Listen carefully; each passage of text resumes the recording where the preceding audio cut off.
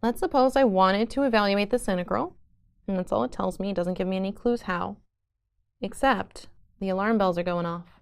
Because here's x squared plus y squared, and everybody knows x squared plus y squared is also known as r squared. So you know what? I'm looking at this, and also like square root of x squared plus y squared. I'm thinking, you know what? This is going to go way better if I have polar coordinates going on. So I'm going to convert this integral to polar coordinates, and I'm going to rock it. But as usual with all these double integrals, the first step is figuring out what is the region. The way I do it, if you were to draw the region first, you're going to have an easier time defining what the region is. You're just going to have a really nice visual. So let's get some axes going.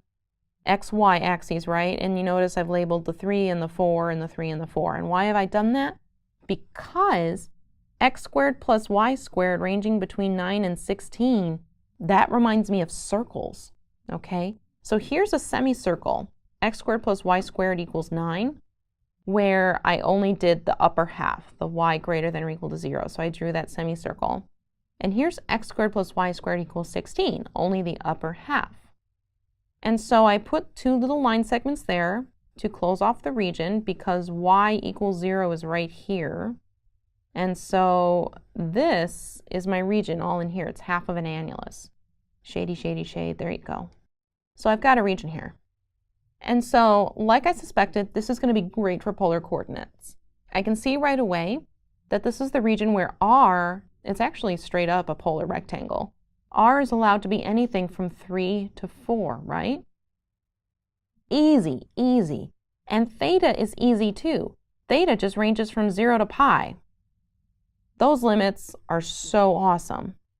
Okay, here's how it goes when there's only that one little tricky trick that you got to remember when you're converting to polar coordinates, right? And that tricky trick is after you've converted your function, right? And x squared plus y squared is equal to r squared. X squared plus y squared is equal to r squared. And you're taking the square root of that. So this expression right here is actually just r.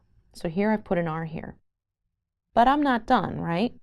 I'm supposed to convert the dx dy also. And did you notice in the learning module or book that you don't replace it with just dr d theta? It has to be r dr d theta. The dx dy goes away and gets replaced with all of this junk. You cannot neglect that r right there. Now I've got the function, the integrand, converted correctly. The limits I plug in. I wrote the r on the inside, the dr on the inside, so my 3 and my 4 have to go on the inside. This isn't going to be any harder if you do it the other way. The 0 and pi go on the outside. So now this integral, total joke.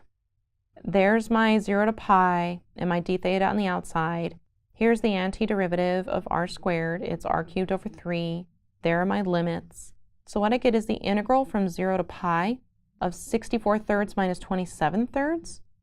Dude, that's just like a number, right?